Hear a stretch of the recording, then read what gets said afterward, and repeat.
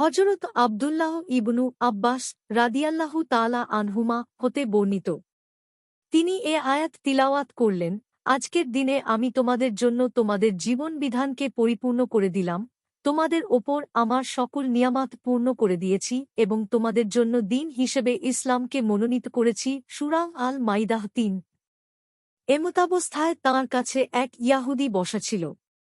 সে ইবনু আব্বাসকে বলল, যদি এ আয়াত আমাদের ওপর নাজিল হতো তাহলে আমরা এ দিনটিকে ঈদের দিন হিসেবে খুশির উদযাপন করতাম। ইবনু আব্বাস রাদিয়াল্লাহু তাআলা আনহুমা বললেন, এই আয়াতটি দুইদের দিন, বিদায় হজ ও আরাফার জুমুয়ার দিন নাজিল হয়েছে। তিরমিজি। ইমাম তিরমিজি বলেছেন, এই হাদিসটি হাসান ও গরীব। তিরমিজি ৩০৪৪। মিশকাতুল মাসাবিহ ১৩৬৮। হাদিসের মান সহিহ।